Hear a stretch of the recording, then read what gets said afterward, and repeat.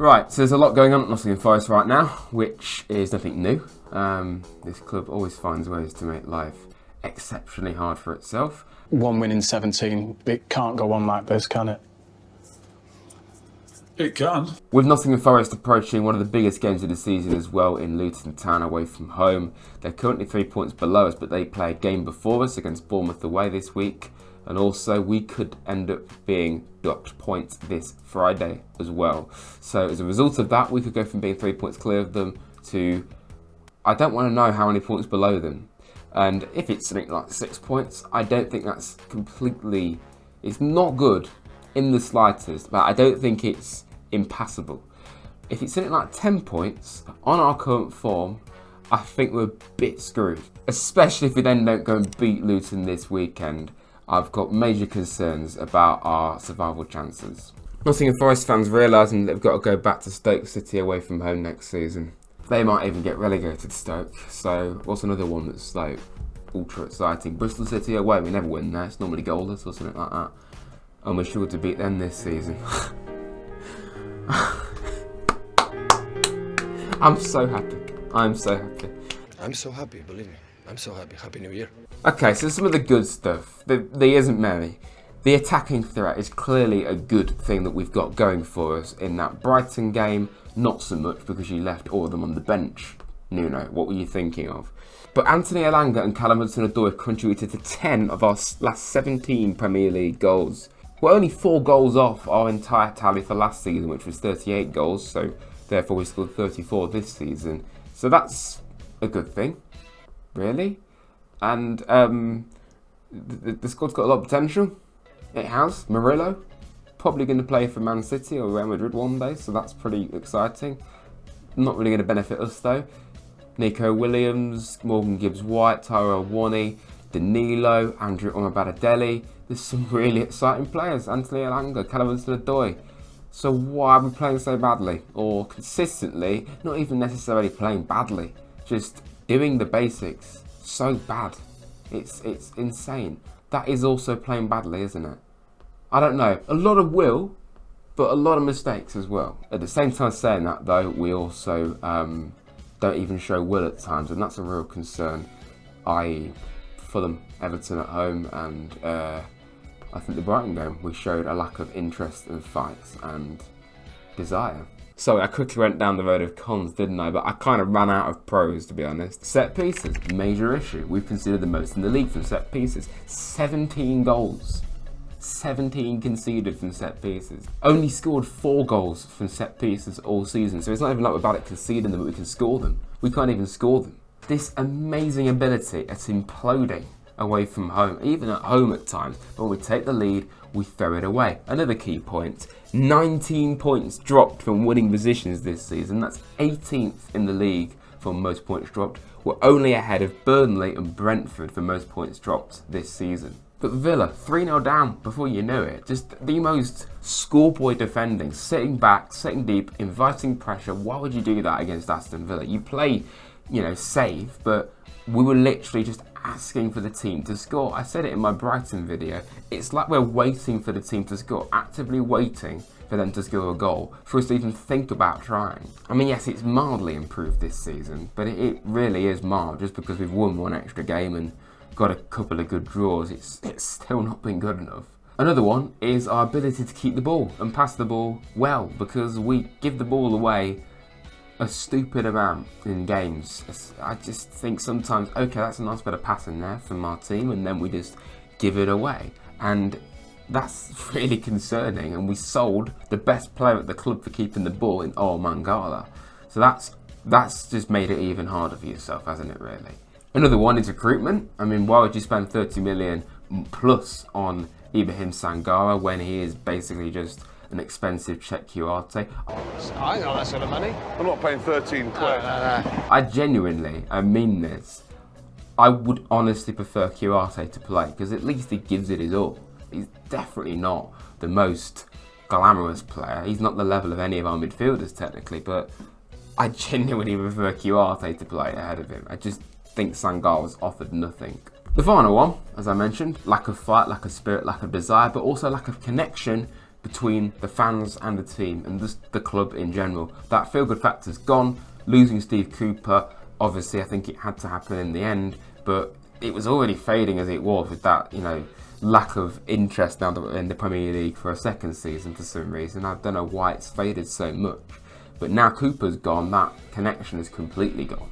And now we've got no connection to the manager, and now as soon as we start losing like we are doing, it's all guns blazing, get rid of the manager, and it's quite sad to see, really. I mean, if we look back at the season so far, as I said, it has never really got going. It just hasn't. If we look back at it, it kind of proves the point. We started off by playing a load of Big Six sides away from home. Very spirited performances, and when we were playing these games, we were playing with the bulk of the team from last season. Besides the likes of Ola Aina, Matt Turner, Anthony Elanga, it pretty much was last season's team, besides losing the goalkeeper and Ranan Lodi and Brennan was still here, wasn't he, at that time? It was pretty much last season's team, and we were seeing that spirit and desire, and there was still that connection, I feel, and vibe. But ultimately we were losing them, and in this time we got knocked out of the League Cup very poorly and scraped past Sheffield United. If you look at the next month, we now have a load of players introduced. 7 players on deadline day came in. That kind of says how it's going to go. But this kind of led to a lot of draws for a couple of months. We drew a lot of games to the likes of Palace, Brentford, Burnley. Again, we didn't even beat them again. Luton, of course, and losing to Liverpool. Of course, we beat Chelsea, which was amazing. But, those draws suddenly were a lot more harmful because of those defeats early on in the year, albeit to some of the best teams in the league. But again, we're still kind of feeling hopeful, in my opinion, up until that Luton draw, which was a total implosion. And I feel, again, this entitlement that we suddenly had really showed in that game. And it really kind of summed up what was going to end up being wrong at Forest. I don't think, before that we weren't exactly great. But there was a lot of, I still feel, reasons to be optimistic. Whereas since that Luton game, I feel it's only been downhill. Of course, since then we beat Villa, which was Cooper's last win, but then we had that awful run of form to end his tenure. Of course, losing 3-2 a lot is another problem. We had this in the West Ham and Brighton game. Really, really basic goals to concede and just not focusing, not wanting it enough quite clearly. The Everton and Fulham game, the lack of desire was very apparent to see. The Fulham game was just atrocious. Besides Harry Toffolo and not many others, no one was really giving it the raw, and that's a real concern. Then Nuno comes in. We have a very good first 3 games. I'm including that Bournemouth game because we played well in it. We still made the same mistakes, again, losing 3-2, obviously. Then 2 phenomenal wins against Newcastle and Man United. Incredible. Some of the best games we've had since we've been back in the Premier League. Definitely the most slick and professional. But really, since then, it's just slowly but surely petered out, making exceptionally hard work of the FA Cup against a League One side and a Championship side that are consistently mid-table. No offence to those 2 teams, but we should not have gone to extra time and a replay in both those ties. We were 2-0 down against Blackpool, and then we were 2-0 up in the replay and bottled it, and then had to go to extra time again. It's just this arrogance and entitlement that I feel has been a massive problem this season. And that's what concerns me. I've already mentioned potential relegation, but if we're going to struggle against Bristol, albeit it's a cup game, it's a bit different to league football, but if we're going to struggle against Bristol, we will be playing them next season if we get relegated. Why should I be confident of us going down and coming straight back up if that's the case? It's a totally different topic. If we do get relegated, we'll discuss that, but I hope I don't have to. But it's still a really concerning thing. It's not even like we played a Championship team this season and comfortably dispatched them. We really struggled to beat them. So not just the cup games, but we lost to Arsenal and another 3-2 against Brentford. Just again, some of the worst set pieces to concede in that game. That free kick from Ivan Toney. Yes, he did cheat, and that's another problem we keep mentioning, is the referees, but we still should have defended it better. We got that good win against West Ham, of course, and a draw at Bournemouth wasn't too bad at all. But since then, the Villa game was terrible. We've lost in the cup. The Liverpool game was a very spirited performance, and you can talk about the drop ball situation all you like, and Liverpool fans, there won't be any of them watching, but if you are watching, this is me admitting this, right? The situation with that is a joke, because there's no chance they should have had the drop ball. Clearly should have been given back to Forest, so I completely get why I and everyone was fuming at that, because the referee didn't do the rules correctly. But Forest still should have defended that eventual attack better. And I do get that maybe if we got the ball, the attack wouldn't have happened. But at the same time, it did. And even if we did get the drop ball and Liverpool ended up going at the end, we still would have had to have defended it. So I don't really think we can use it as an out-and-out excuse. We can completely, have a go at the fact that that's happened. And then again in the Brighton game, Nico Williams, that red card, it should have been a red card. It wasn't.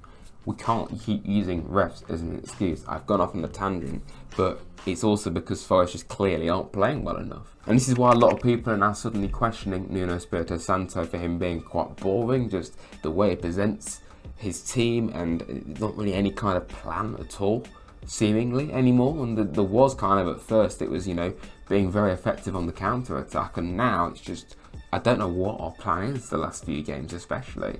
Being too experimental with teams, just keep it simple. Why would you change the Liverpool team, which was doing genuinely so well, I thought, and then experiment like that against Brighton? It just wasn't needed at all. And I do get why people are questioning him. I feel if he doesn't beat Luton, it's incredible to be saying this, not even 3 months after Cooper was fired. He could genuinely be on borrowed time already. And, that lack of connection is a major problem, but that's why it's going to be so much easier for us to turn on Nuno. With Cooper, it was heavy sentimentality that kept him going. But I honestly miss that side of Forest right now. Like, Cooper clearly wasn't working either, but I just miss at least being able to have a manager that we can all back and, know that he's giving his absolute all, and that's what Cooper did. Whereas Nuno, we just don't get that connection, and it's a bit harsh on him, because we've been saying this about pretty much anyone that replaced Cooper, but it's very apparent as soon as results have really started to go wrong again, fans have turned very quickly, and it's not really a shock. So to sum up, really, set piece have got to improve, away form's got to improve, the FFP charge is going to be a major thing that's going to paint the picture of how the season's going to go this weekend as well against Luton. We've got to utilise our attacking threat properly. We've got to play the best team. We can't keep tinkering with it for no reason. We have got to get behind the manager. It's difficult with these results, but we've got to get behind the manager and the team as fans, right? We've got to raise the atmosphere again. All of that is a lot easier said than done though, and that's something that concerns me. I just don't feel all that's going to happen. I really don't, and it's concerning. So I feel we've got enough to stay up. I think this team has a lot of quality in it and a lot of potential, but it continues to prove that it doesn't work as a team very well. And even though our home form is nowhere near as bad as the away form, we're losing a lot more at home this season, and in general the atmosphere hasn't been the same levels as it was. So if we're not even winning at home, or at least having the same kind of connection at home, then that's probably like a real nail in the coffin in ways for us. So it's concerning. It's concerning. I think these next 3 games could really tell us just how likely we are to stay in this league. If you have enjoyed this video, probably the wrong word to use, please like and subscribe to Rads. I try my best to make this as fair and as balanced and as honest as possible, and I try my best to include everything. There's probably some stuff I could have said, but there's just that much going on at this football club right now. It's hard to keep track, but I hope you've enjoyed this. Please, like I say, like and subscribe, and I'll be covering Luton this weekend, and if there is a points deduction on Friday, then probably be another video as well, so stay tuned to that. That's not going to be fun to make, is it? Anyway, thank you everyone. Come on, you Rads.